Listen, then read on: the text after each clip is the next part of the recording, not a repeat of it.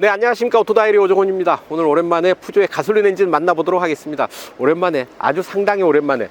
그동안 푸조는 디젤 엔진으로만 라인업을 꾸려왔었죠. 푸조가 이제 한불 자동차의 품을 떠나서 스텔란티스 코리아가 이제 푸조를 관리하죠. 그러면서 제품 라인업을 좀 더 다양하게 구성을 하고 있습니다. 그래서 3008과 5008에 1.2 퓨어테크 가솔린 엔진을 추가를 했는데요. 오늘은 3008 1.2 퓨어테크 타면서 푸조의 가솔린 엔진 느껴보도록 하겠습니다.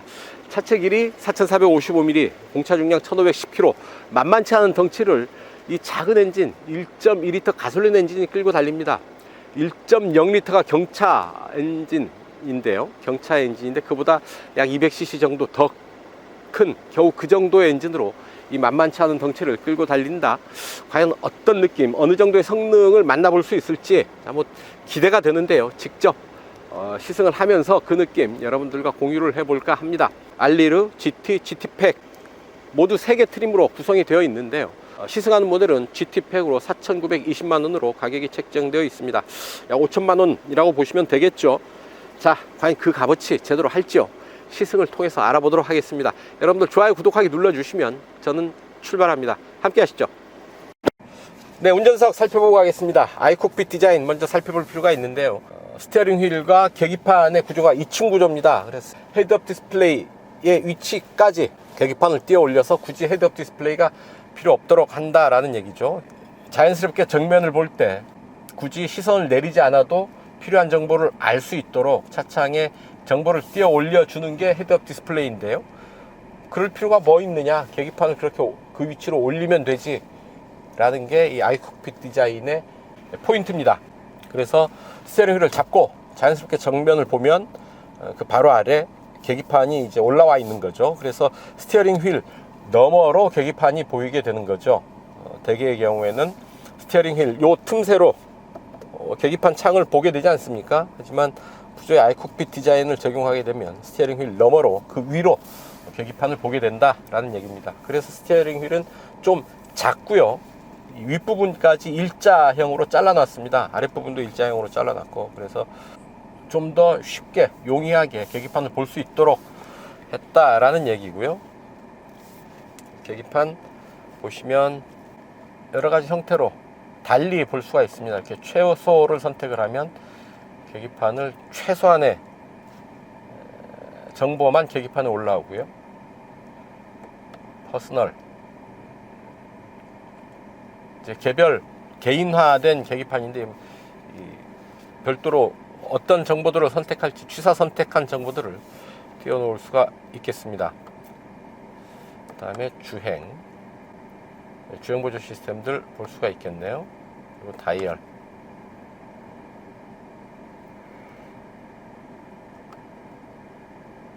음성 명령 버튼은 있는데 이거는 스마트폰과 연동을 해서 안드로이드 오토와 연동을 해서 스마트폰 음성 인식을 할 수가 있겠습니다. 전화 걸기, 또 내비게이션이 연동이 되어 있으면 목적지 설정 이런 부분들이 가능하겠죠. 패들 시프트 들어와 있는데 패들은 스티어링 휠에 고정되어 있는 게 아니라 그 아래쪽에 스티어링 휠과 분리돼서 고정되어 있습니다. 핸들을 좀 많이 돌리게 되는 경우에는 패들 시프트를 조작하기가 쉽지 않겠다라는 얘기죠. 자, 그 아래 스티어링 휠 오른쪽 아래에 ADAS 시스템 조절하는 버튼들 들어와 있습니다. 여기에 어댑티브 크루즈 컨트롤, 최고 속도 제한, 차간거리 조정 이런 부분들 설정을 할 수가 있겠습니다. 자, 스티어링 휠 하나, 둘, 셋, 딱 3회전 하죠. 차체 길이 4455mm에 달하는 이 차의 조향을 3회전, 락투락 3회전 하는 이 스티어링 휠이 커버를 한다라는 얘기입니다. 가운데 들어와 있는 이 모니터, 음악, 온도, 내비게이션, 차량 정보, 전화 등의 기능들을 보여주는데요. 내비게이션 같은 경우는 스마트폰과 연동을 해서 안드로이드 오토로 이용을 할 수가 있습니다. 차체에 내장되어 있는 내비게이션은 없다라는 얘기죠. 안전과 관련해서는 액티브 세이프티 브레이크, 권장 속도 감지되어 있고요. 교통 표지판 인식하게 할 수 있습니다. 운전자 피로 감지 경고, 수가 있고요. 이렇게 차량과 관련된 기능들, 주행과 관련된 기능들 설정을 할 수가 있고요. 센터페이시 아래쪽 깊숙한 곳에 12V 전원, 그리고 USB 포트 2.0 USB 포트가 준비되어 있는데요. 이 부분 스마트폰과 USB 포트로 연결을 하면 이제 안드로이드 오토 내비게이션 등 볼 수가 있겠죠. 스마트폰 무선 충전 장치가 들어와 있고요. 드라이브 모드는 이 부분 통해서 설정을 할 수가 있습니다. 스포츠 표준 에코가 있고요. 샌드, 머드, 스노우가 있습니다. 샌드, 머드, 스노우는 오프로드 거친 길에서 사용을 할 수가 있겠죠. 어드밴스드 그립 컨트롤 기능이 있습니다. 그립 컨트롤, 전륜 구동 차지만 오프로드에서도 사륜 구동에 못지않은 기동성, 구동성을 확보하기 위해서 어드밴스드 그립 컨트롤을 더한 거죠. 구동 바퀴가 헛바퀴를 구르지 않도록 구동력을 최대한 확보하도록 작용해주는 그런 기능입니다. 눈길이나 빗길, 머드, 샌드 이런 길에서 적당히 슬립을 하면서 구동력을 확보하기 때문에 오프로드에서는 이 어드밴스드 그립 컨트롤 기능이 좀 더 유용하겠다 싶은 거고요. 내리막길 경사로 주행보조 장치 시속 30km 미만의 속도에서 작동을 하게 됩니다. 두 개의 컵홀더, 그리고 이 안쪽 콘솔 박스가 상당히 깊어요. 그리고 이 안쪽으로 바람, 그러니까 송풍 기능이 있네요. 에어컨의 냉기가 이 안에까지 들어옵니다. 음료수를 넣어 놓으면 아주 시원하지는 않겠지만 그래도 시원함을 어느 정도 유지할 수도 있지 않을까 하는 생각도 하게 되네요. 어쨌든 냉기가 있는 바람까지 송풍이 되는 깊고 넓은 센터 콘솔 확보하고 있습니다. 자, 위에는 선루프 넓게 배치되어 있고요. 여유 있게 몸을 받아주는 시트 적용되어 있고요. 가죽 시트는 아닙니다. 네, 운전석 이 정도 살펴보시고 이제 잠깐 뒷좌석 보고 가시죠. 뒤로 갑니다. 네, 뒷좌석입니다. 제가 앉았던 그대로 운전석 두고 왔고요. 자세 잡고 앉으면 무릎 앞으로 주먹 두 개가 들어가고도 남죠. 여유 있는 공간 확보하고 있는 것 확인할 수가 있겠습니다. 머리 위로도 손바닥 두 개 겹쳐서 여유 있죠. 주먹 하나 꽉 차게 세워서 들어가고요. 이 정도면 비교적 여유 있는 공간 확보했다 싶습니다. 차창 원버튼으로 이렇게 내려가죠. 이 정도 남겨놓고 열립니다. 센터 터널 굳이 따지자면 제 손가락 한마디 정도 살짝 솟아있지만 없는 거나 마찬가지입니다. 그냥 거의 평평하다 보시면 될 테고요. 암레스트 이렇게 내릴 수가 있고요. 두 개의 컵홀더를 이용을 할 수가 있겠죠. 스키스루 공간도 활용을 할 수가 있겠습니다. 시트는 또 접을 수가 있겠죠. 이쪽 이렇게 접을 수가 있고요. 6대 4로 시트를 완전히 접으면 트렁크 공간 좀 더 넓게 활용을 할 수가 있겠습니다. 그래서 뒷시트를 접게 되면 트렁크 공간은 최대 1670리터까지 확장이 된다고 하네요. 앞좌석 센터 콘솔 뒤로 뒷좌석을 위한 송풍구 12V 전원 소켓, 그리고 그 밑으로 2.0 USB 포트 두 개가 준비되어 있습니다. 네, 뒷좌석 이 정도 살펴보시고요. 여러분들 좋아요, 구독하기 눌러주시면 저는 자이로로 갑니다. 함께 가시죠. 상당히 오랜만에 푸조에서 가솔린 엔진 모델을 만나고 있습니다. 그동안 푸조는 디젤 전문 브랜드라고 해도 좋을 정도로 디젤 차들 일색이었는데요. 아주 오랜만에 가솔린 엔진 모델 만나고 있습니다. 다운사이징을 제대로 한 가솔린 엔진입니다. 터보를 장착한 배기량 1.2리터의 가솔린 엔진, 경차 배기량 1.0리터인 경차 엔진과 크게 다르지 않다고 보면 어떨까 싶습니다. 배기량만 놓고 보면 그렇다라는 얘기고요. 3기통이고요. 그 작은 엔진으로 131마력의 힘을 만들어냅니다. 131마력이면 부족하다라고는 할 수 없는 힘이고요. 딱 좋은 힘, 저스트 파워라고 보면 어떨까 싶습니다. 제법 높은 속도까지 치고 나가는 맛도 있고요. 자, 23.5kgm의 최대 토크 1750rpm에서 터집니다. 1750rpm이라고 한다면 2000rpm이 되기 직전, 지금 달리는 정도의 상황에서 최대 토크가 발휘된다 라고 보면 될 테죠. 그러면 일상생활 영역에서, 일상주행 영역에서 차가 움직이기 시작하면 거의 동시에 최대 토크를 만들어낸다 고 보면 되겠습니다. 그만큼 일상생활 속에서 좀 더 효율적으로 힘있게 움직일 수 있겠다라는 얘기고요. 또 속도를 올리면 131마력의 출력을 바탕으로 좀 더 야무지게 치고 나가는 그런 최고 출력의 맛도 볼 수가 있겠습니다. 주행 모드 샌드, 머드, 스노우 이 부분은 오프로드 부분인데요. 이렇게 오프로드를 달릴 준비도 되어 있고 에코, 표준, 스포츠 이렇게 온로드에서는 에코, 표준, 스포츠 3개 주행 모드를 선택을 할 수가 있습니다. 자, 스포츠에 놨더니 엔진 소리가 좀 다르죠. 제법 사나운 면모를 드러낼 줄도 압니다. 배기량 작다고 우습게 볼 차는 아니다 라는 게 이런 엔진 사운드에서 드러나죠. 제법 야무진 혹은 사나운 그런 면모도 드러내고요. 차체가 높은 SUV의 전륜구동입니다. 아무래도 사륜구동 시스템보다는 차체 흔들림이 좀 있는 편이고요. 노면의 굴곡을 따라서 기분 좋게 흔들리는 그런 느낌 만나볼 수가 있겠습니다. 자, 주행보조 시스템, ADAS 시스템 적용되어 있죠. 어댑티브 크루즈 컨트롤과 차선 이탈 방지 장치 되어 있습니다. 버튼 한 번으로 활성화시킬 수가 있는데요. 차간거리는 근거리, 원거리, 표준 이렇게 3단계로 조절을 할 수가 있습니다. 스티어링 휠에서 잠깐 손을 떼보겠습니다. 테스트를 위해서 잠깐 손을 뗀다는 점 말씀을 드리고요. 시청자 여러분들께서 운전할 때 핸들에서 손을 떼면 안 됩니다. 스티어링 휠에서 손을 잠깐 떼보고요. 오른쪽으로 돌아나가는 길 차분하게 잘 돌아나가고 있죠. 차로의 중앙을 잘 유지하고 있습니다. ADAS 시스템은 상당히 완성도 높게 세팅되어 있다라는 말씀 드립니다. 하지만 이를 믿고 운전을 완전히 맡겨서는 안 되죠. 아직 주행 보조 시스템이라는 사실 명심하시고, 운전은 운전자가 하고 주행 보조 시스템은 운전자가 미처 챙기지 못하는 부분, 아차 놓치는 부분, 디테일한 부분에서 운전자를 보조해주는 수준에 그친다라는 사실 명심해야 될 듯 합니다. 자, 8단 자동 변속기 적용하고 있는데요. 자, 시속 100에서 RPM 한번 보시죠.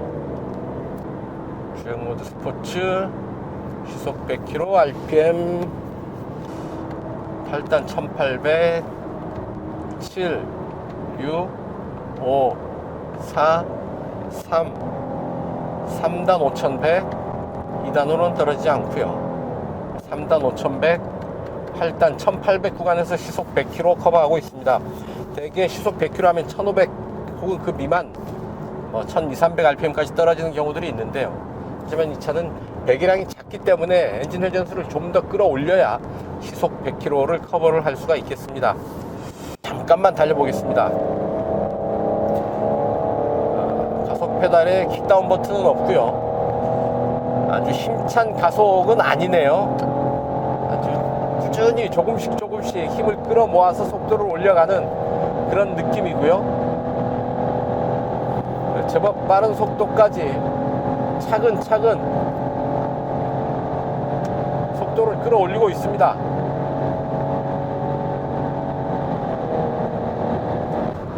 자, 노면의 굴곡이 좀 있는 곳을 지나다 보니까 이 출렁임이 좀 있죠.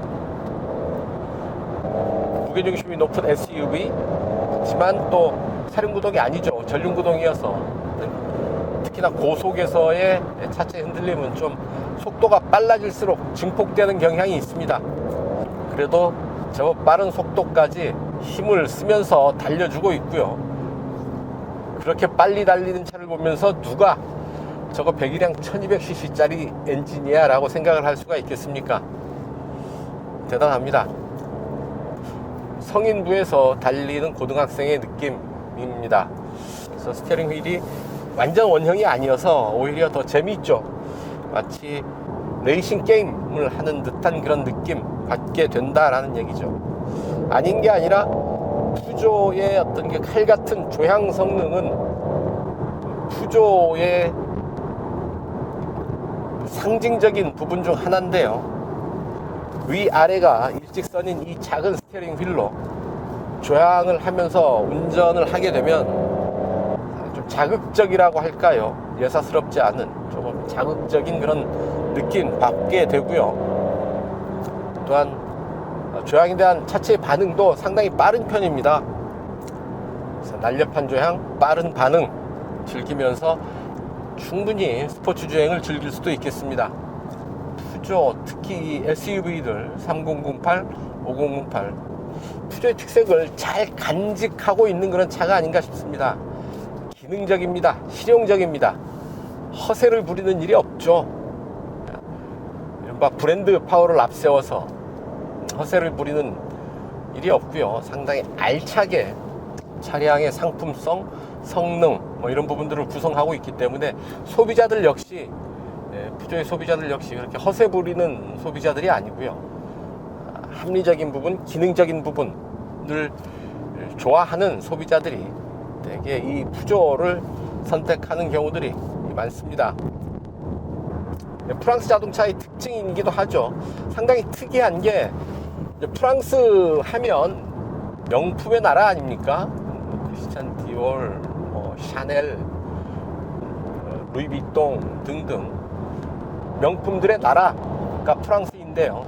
하지만 이 자동차 분야에서는 상당히 검소하고 합리적이고 실리적인 자동차들을 생산하는 게 또 프랑스입니다. 르노, 푸조 이런 차들을 명품 반열에 놓기는 좀 그렇죠. 상당히 실용적이고 합리적인 자동차들이고요. 배기량 기준으로 봐도 3리터 넘는 차들을 찾기가 어렵죠. 3리터 미만의 비교적 합리적이고 실리적인 기능적인 차, 대중적인 차를 만든다라는 게 프랑스 자동차의 특징이다라는 얘기입니다. 푸조 역시 그렇고요. 자, 잠깐 시속 100에서 제동 한번 해보겠습니다. 자, 스포츠 모드에서 시속 100이고요. 잠깐 제동 한번 해봅니다. 하나, 둘, 셋.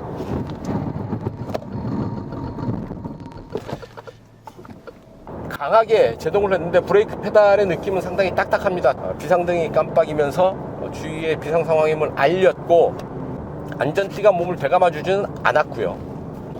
차체는 그렇게 많이 기운다 싶은 생각이 없이 앞차측이 완강하게 버텨주는 그런 느낌이 강했습니다. 기대보다는 훨씬 좋은 제동 반응이 아니었나 싶습니다. 자, 자율의 끝에서 코너링을 해보겠습니다. 차체가 좀 높죠. 무게중심이 높은 SUV 그리고 전륜구동 255R18 사이즈의 타이어가 적용되어 있습니다. 그렇게 코너링에 유리한 체형은 아닌 셈인데요. 속도를 쭉 끌어올립니다. 쭉쭉쭉쭉 끌어올리고 제동 턴 무난하죠. 저 빠른 속도로 코너링 잘 돌아 나가고 있고요. 살짝 기우는 느낌은 있지만 뒷타이어의 그립을 느낄 수는 없지만 무난한 수준 그 이상으로 코너링을 잘 마무리하고 있습니다. 좀 더 적극적으로 코너링을 구사해도 좋을 만큼 약간의 여유, 한계 속도의 여유도 느껴졌고요. 필요하다면 좀 더 적극적으로 코너를 공략해도 좋겠다 싶은 생각이 드네요. 낮은 배기량이 이 차에 대한 기대 수준을 좀 낮추는 효과가 있나요? 실제로 타보고 나니까 기대 이상의 차구나 하는 것을 느끼게 됩니다.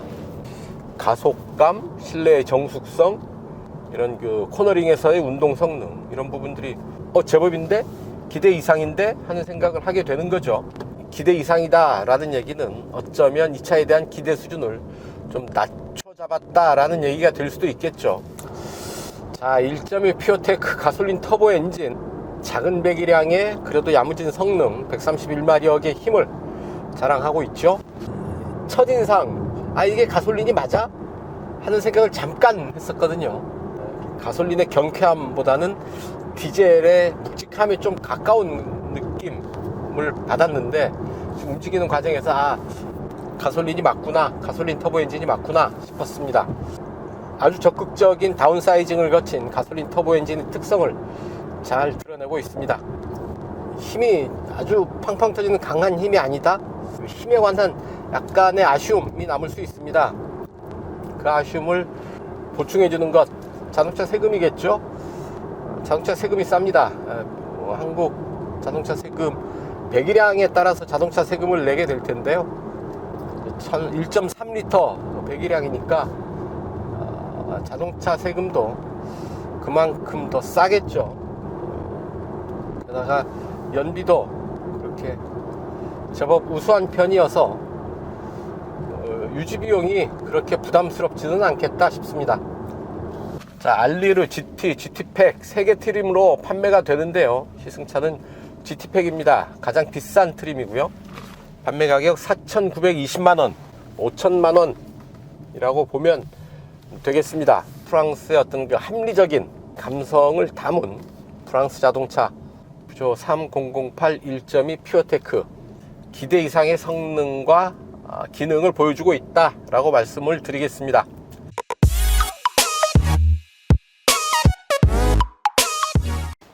네, 연비 테스트 하겠습니다. 이 차 최고 출력 131마력, 공차 중량 1510kg이고요. 마력당 무게비가 10kg가 넘죠. 11.5kg가 됩니다. 그러면 좀 느린 편이겠네요. 아무래도 배기량의 한계도 있다 보니까 12초 전후 정도의 가속 시간 보이지 않을까 싶습니다. 일단 주행 모드 스포츠로 가고요. 자, 에어컨 끕니다. 하나, 둘, 셋.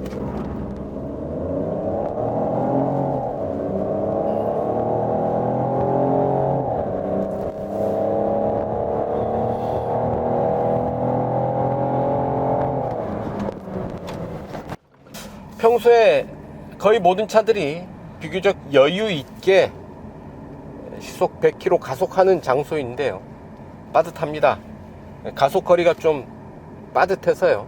가속하는데 시간이 많이 걸립니다. 빨리빨리 속도가 붙지가 않고요. 끈기를 가지고 기다려야지 차가 탄력이 붙어서 제법 시간이 흐른 뒤에 시속 100km 주파하는 것 확인을 할 수가 있었고요. 좀 답답한 모습을 보인다 라고 볼 수도 있겠습니다. 그거를 탓해야 될까요? 이 차 배기량 1.2리터 가솔린 터보 엔진이라는 것 감안을 하면 받아들여야 하는 성능이 아닌가 싶습니다.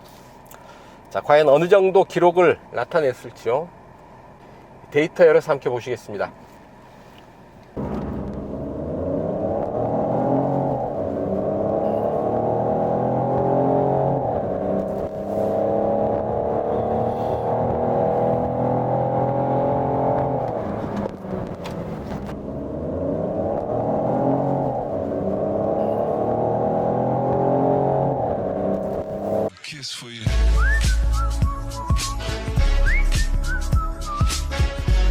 네, 연비 테스트 하겠습니다. 이곳 파주 헤이리 마을 출발해서 서울 지하철 2호선 교대역까지 약 55km 되는데요.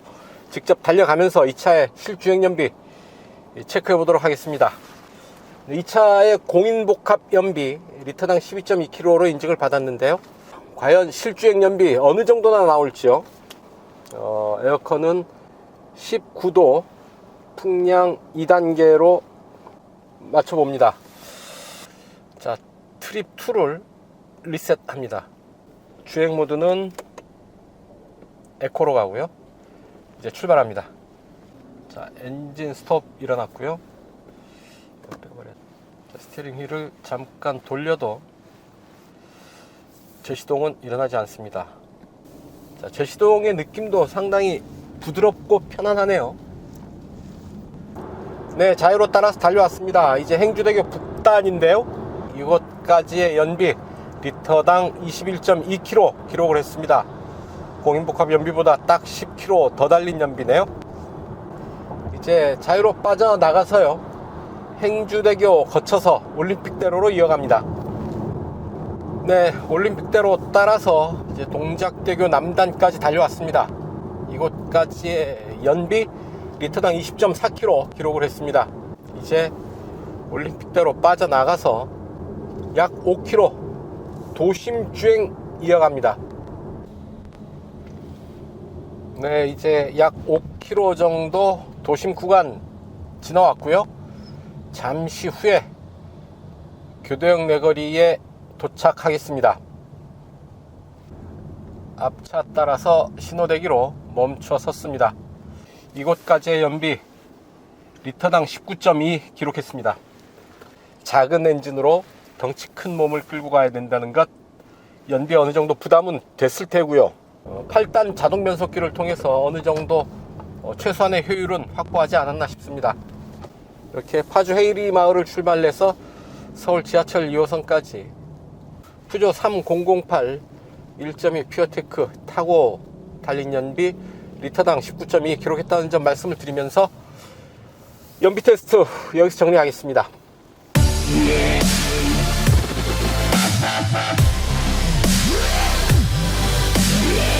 네, 단도직입입니다. 내비게이션이 없습니다. 안드로이드 오토를 이용을 해서 내비게이션을 이용을 할 수는 있지만 5천만 원 육박하는 차에 기본 제공되는 내비게이션이 없다라는 건 좀 아쉬운 대목이라 하겠습니다. 대시보드가 이렇게 2층 구조로 되어 있죠. 내가 좀 부자연스럽습니다. 아이콕핏 디자인을 위해서 계기판을 이렇게 올리기 위해서 대시보드를 좀 높게 디자인할 필요성은 있었다 치더라도 이렇게 두 개를 쌓아 올린 듯한 구조는, 이런 구성은 좀 디자인적으로는 그렇게 썩 보기 좋은 모습은 아니지 않나 하는 생각을 해봅니다. 2층 구조 이 틈새에 이물질이 끼거나 먼지가 쌓이는 등의 관리의 문제도 있을 뿐만 아니라 보기에도 썩 그렇게 좋아 보이지는 않죠. 이 대시보드 디자인 좀 더 디자인적으로 완성도 높게 다시 생각해 볼 필요는 있어 보입니다. 배기량 작은 엔진이 에어컨까지 켜니까 좀 진동이 발생을 합니다. 뒷좌석에 이렇게 앉아 보는데요, 바깥이 더워서 안에 에어컨을 잠깐 틀었더니 공회전 상태에서 자체가 가볍게 떠는 그런 느낌 전해져 옵니다. 가솔린 엔진이 배기량은 작은데 걸리는 부하가 어느 정도 있게 되니까 그런 반응들이 나타나는 게 아닌가 하는 생각을 해봅니다. 이해는 가지만 어쨌든 사용자의 입장에서는 신경이 쓰인다, 신경에 거슬린다 라는 점은 어쩔 수 없어 보입니다. 네, 지금까지 푸조 3008 1.2 퓨어테크 시승을 했습니다. 이제 푸조에서도 가솔린 차를 선택할 수 있게 됐다라는 데 이 차의 등장에 의미가 있지 않을까 싶습니다. 푸조 3008 워낙에 기능적이고 합리적인 SUV로 시장의 인정을 받아왔죠. 소비자들도 어떤 허세를 부리는 소비자들이 아니라 차의 실제적인 성격, 기능성, 합리성에 더 중점을 두는 소비자들이 이 차 많이 사랑하지 않았나, 이 차를 선택하지 않았나 하는 생각을 해봅니다. 여기에 1.2 가솔린 엔진이 더해지면서 선택의 폭이 그만큼 더 넓어진 셈이죠. 1.2L 가솔린 터보 엔진, 작은 배기량이지만 131마력의 힘을 바탕으로 아주 야무지게 이 차를 끌고 달립니다. 공차 중량 1510kg, 제 몸무게까지 하면 약 1600kg가 될 텐데요. 뭐 거뜬하게 끌고 달리는 힘 상당히 야무지다 싶고요. 최고 트림 GT팩의 판매 가격 4,920만 원인데요. 약 5천만 원의 가격에 유럽에서 온 SUV를 선택할 수 있다라는 것, 꽤 합리적인 선택이 되지 않을까 하는 생각을 해봅니다. 네, 오늘 시승 여기까지입니다. 지금까지 저는 오토다이어리 오종훈이었고요. 여러분들 좋아요, 구독하기 눌러주시면 저는 이만 물러가겠습니다. 시청해주셔서 감사합니다.